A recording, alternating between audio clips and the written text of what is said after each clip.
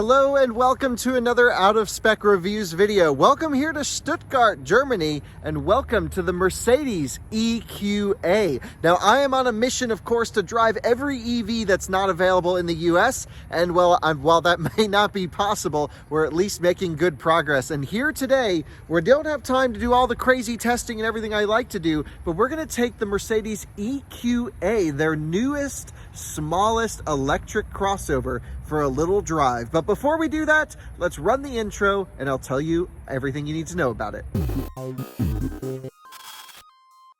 This is the Mercedes EQA. Now we are here in Stuttgart, Germany. The sun is going down, so we should get to driving it here pretty soon. This is Mercedes, again, hatchback. This is based off of the GLA car, which is a car we've actually reviewed here on this channel. It just happens to be electrified. So let's talk about some of the differences in styling just very quickly. You can see the whole front end has this EQ styled grille with this light bar signature that goes across, these blue accents here in the headlights. This car costs about 50,000 euros here. This one's actually spec'd out to 55. I believe it's 47,000 starting. You can see a little EQA badge here on the side. That's quite nice. The car itself looks pretty good, I have to say. I mean, it looks just like a GLA. To the untrained eye, you would have no idea this is an EQ. You have the badge on the back. It's EQA 250. It's front wheel drive, about 190 horsepower. It does have CCS charging. And interestingly, the peak DC charging rate is about 100 kilowatts. And the owner of this vehicle said he's seen about 105, 106 kilowatts. And this is probably because it was running climate control or battery conditioning systems at the same time. So really awesome charge rate, of course, considering that this is a 68-ish kilowatt hour battery pack, about 71 installed, about 65 to 68 usable. So that's a pretty sizable battery for such a small car. And I mentioned the charge rate's neat because the EQC, which has a larger battery pack, also has the exact same charging rate. Now, my initial impression of this is that it seems as if they didn't tune the battery pack charging calibration to each battery pack. They just said, yeah, we want whatever it is, 300 amps or a certain amp limit on this car and EQC.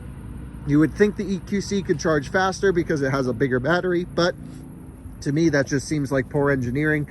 I hate to say it that way, but I don't understand why it would be any different. Anyway, this thing looks pretty good. It's got all the room. Let's take a look on the inside here while we're in this little view. And let's open up the trunk here. Very nice. Look at this. Tons of room. All looks good. You can see the interior. We'll take a look in there. This is quite a large trunk, I have to say. It's really not bad. Let's close the trunk here. Boop, boop, boop. Looking in the back seat of the car, let's take a look. You can see plenty of room. It's a good size. You know, it's very similar to GLA, which I was actually impressed with. The previous generations were not that great, but this generation made big improvements in terms of interior usability. I have the exact same steering wheel on my Sprinter. You can see the nice gauges, the nice dials. Everything looks pretty good, I have to say. So let's get it cameraed up and let's just take it for a quick drive and see, should this car come to the US? Because there's also something called the GLB, which is the boxy version of this car, and that we will be getting in the US. So did Mercedes make the right decision to not bring the GLA, or I should say the EQA, and they're bringing the EQB? Sitting inside the EQA, take a look at this ambient lighting. Mercedes does ambient lighting almost better than anyone, and of course you can select your own colors and styles, and this one has options. But look at this, I love this, and this is not unique to EQA. A lot of Mercedes have this, but I just love this backlighting inside these air vents here. The whole Mercedes-Benz interface system is just the best. I keep setting it off when I say Mercedes. I have this in my Sprinter. It's actually exactly the same, and it's so great. It's called MBUX. It's a really amazing system. Tons of headroom here in this vehicle. Let me see if I can forgive the camera shaking there. You can see tons of headroom, 6'1", plenty of room. Seems to be really like a great size. And yeah, it's getting dark out, so let's get on the road. Let's clear some of these messages, see some of the menus. So we have about 50% state of charge, just under. Wow, this looks really good. really good. Driving EQA for the first time. It's gotten dark outside, so forgive me. I had to turn the interior lights on. I hope this looks okay, but the ambient lighting is absolutely gorgeous at night. Wow, beautiful. Same shifter as my Sprinter. Everything across Mercedes lineup is very similar model to model. This makes getting out of one and into another very easy. Now, I've driven this car's combustion counterpoint, the GLA, and everything feels the same. I mean, you'd have no idea. I think maybe it feels like I'm sitting up a little bit higher. Oh no, I can lower the seat. There we go.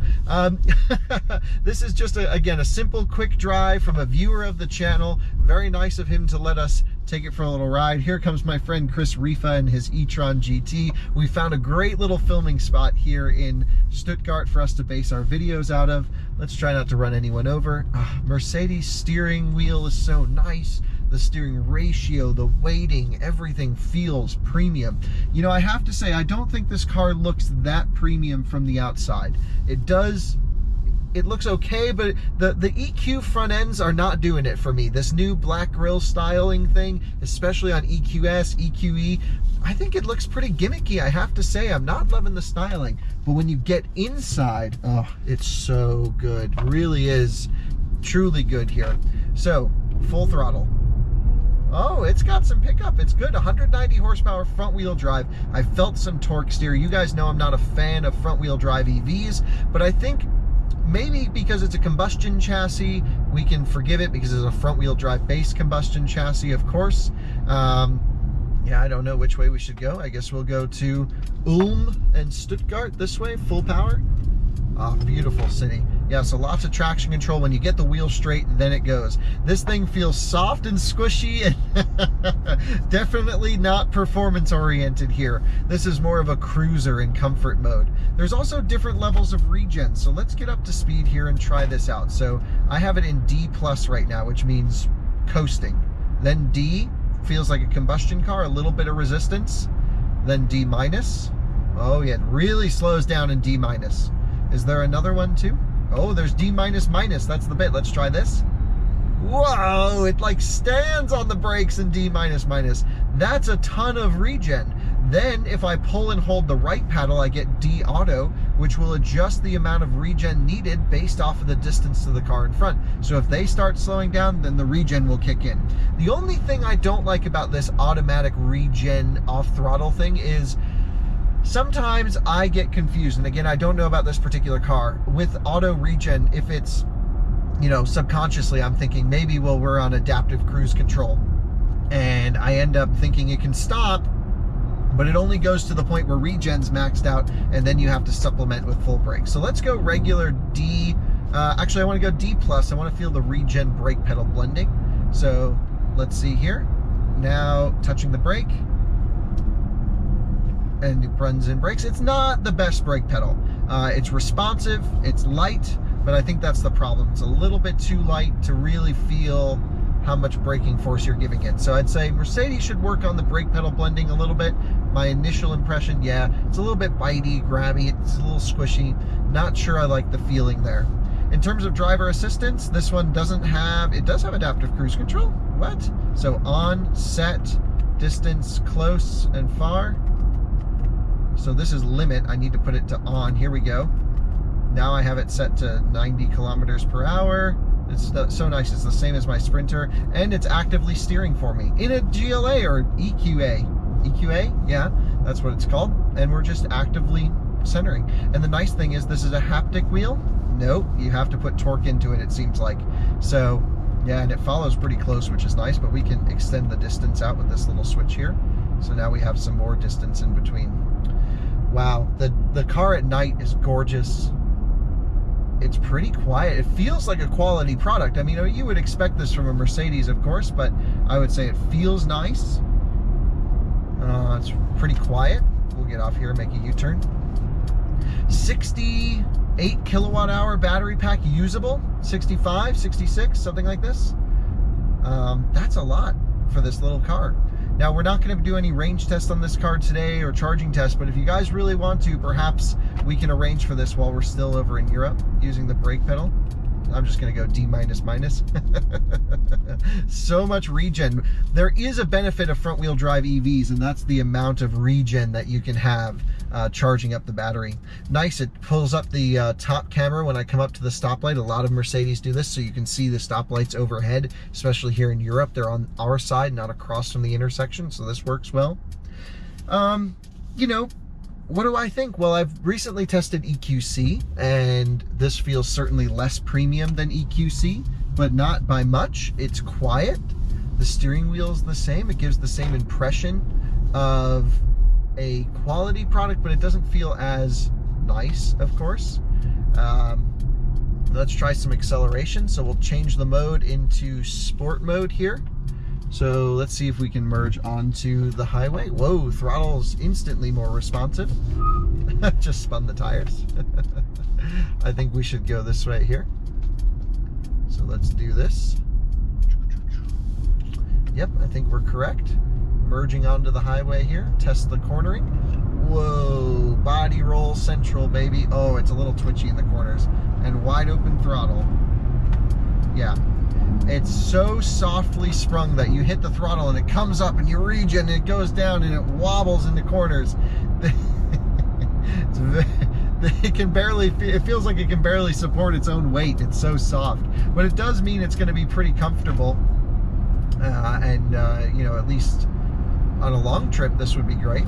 I don't really like driving in sport mode. It's not a sporty car. Let's go back to comfort. Let's go back to, oh, it instantly goes to limit. Here's adaptive cruise control set at, yeah, we can't go too fast here. So let's go set at 90 kilometers per hour.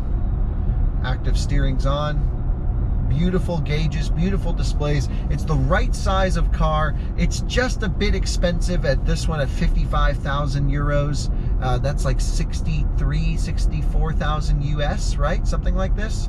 Yeah, that's quite a bit of money, I think, for an entry-level Mercedes product, which it is. It gets the entry-level leather seats. You do get the visuals of a nice thing, but then it's just a little GLA underneath, essentially. So, yeah, I think they could have made it a little bit nicer for the price, or brought the price down, I would have hoped. But they put a big battery in there. 100 kilowatt charging. Hopefully the curve is pretty good, then that's nice for sure. And we're just here in beautiful Stuttgart, Germany, testing the EQA. What am I trying to say? EQA, a very early first taste drive, something we don't get in the US, a unique car that's comfortable, it's stylish, and certainly if you want a small electric hatchback with a lift kit, more of an SUV, then this is one of the few premium alternatives in the market. A lot of the big electric cars, I guess, are, you know, obviously much more expensive. This is going to compete with Q4 e-tron, and around here in Germany there's big rivalry between Audi and Mercedes. So yeah, nicely done, cool car, a great, I think, adaptation from a combustion vehicle to an electric vehicle. But I'm still looking forward to the next gen of stuff, the ground up electric vehicles from the start. We'll have to see and wait for this, but for now I leave you from Stuttgart, Germany, in the Mercedes EQA 250 front wheel drive, and it's very comfortable on the highway, that's for sure. Could do a lot of miles in this thing. See you on the next one.